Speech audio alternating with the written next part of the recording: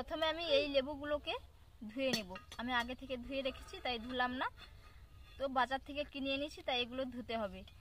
তো এগুলোর খোসা আমি ছাড়িয়ে নেব।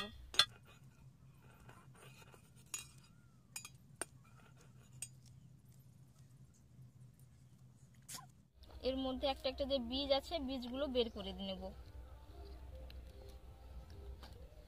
এইভাবে সাদা অংশটা ফেলে দেব, দিয়ে বীজগুলো বের করে নেব।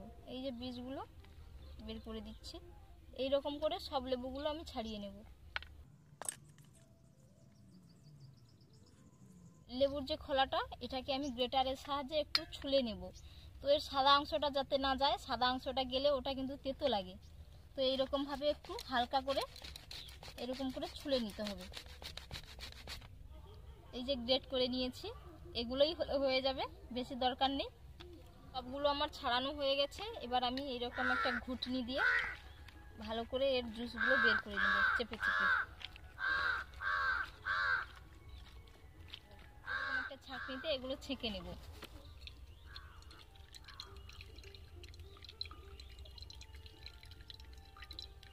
এরকম করে হাত দিয়ে একটু দলে দিলে এর যে জুসটা এটা খুব সুন্দরভাবে বেরিয়ে যাবে। এই খোসাগুলো বেরিয়েছে, এগুলো আমি বাদ দিয়ে দেব। 1 বাটি, 2 বাটি, 2.5 বাটি জুস বেরিয়েছে। এর মাপ করে আমি চিনি নেব, তাই বাটিটা মেপে নিলাম। তো এটা আমি মিডিয়াম ফ্লেমে ফুটিয়ে নেব।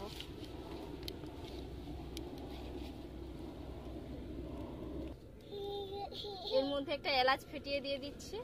এইভাবে অনবরত নাড়তে থাকবো।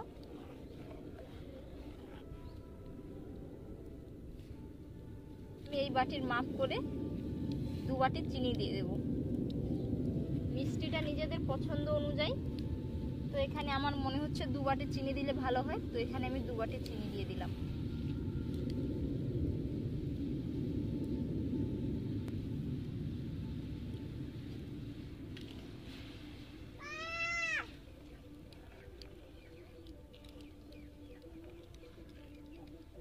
এই যে ছিলকাগুলো, এগুলো এর মধ্যে দিয়ে দিচ্ছি। এই যে রেডি হয়ে গেছে পুরো।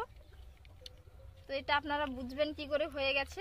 এরকম একটা প্লেট নিতে হবে, প্লেটের মধ্যে এরকম 1 ফোঁটা দিতে হবে। দিলে এই যে এটা বসে থাকবে, কোথাও নড়ে চড়ে যাবে না। তো এর মানে বুঝে নিতে হবে যেটা হয়ে গেছে। আর এইরকম একটু পাতলা করে রাখতে হবে, এরকম পাতলা করে।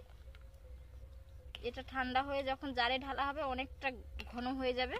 তো এই অবস্থায় আমি এটা নামিয়ে নেব। চাইলে আপনারা এর মধ্যে একটু ফুড কালারও দিতে পারেন। তো ফুড কালার দিলে কালারটা খুব সুন্দর আসবে, না দিলেও কিছু নয়। তো না দিয়েও কত সুন্দর একটা কালার আসছে। বন্ধুরা, আজকের রেসিপিটা যদি আপনাদের ভালো লেগে থাকে অবশ্যই আমার চ্যানেলটিকে লাইক, শেয়ার ও সাবস্ক্রাইব করে রাখবেন এবং পাশের ঘন্টিটা ক্লিক করে দেবেন। যখন আমি নতুন কোনো ভিডিও ছাড়বো সবার প্রথমে আপনাদের কাছে পৌঁছে যাবে। ভালো থাকবেন, সুস্থ থাকবেন, ধন্যবাদ।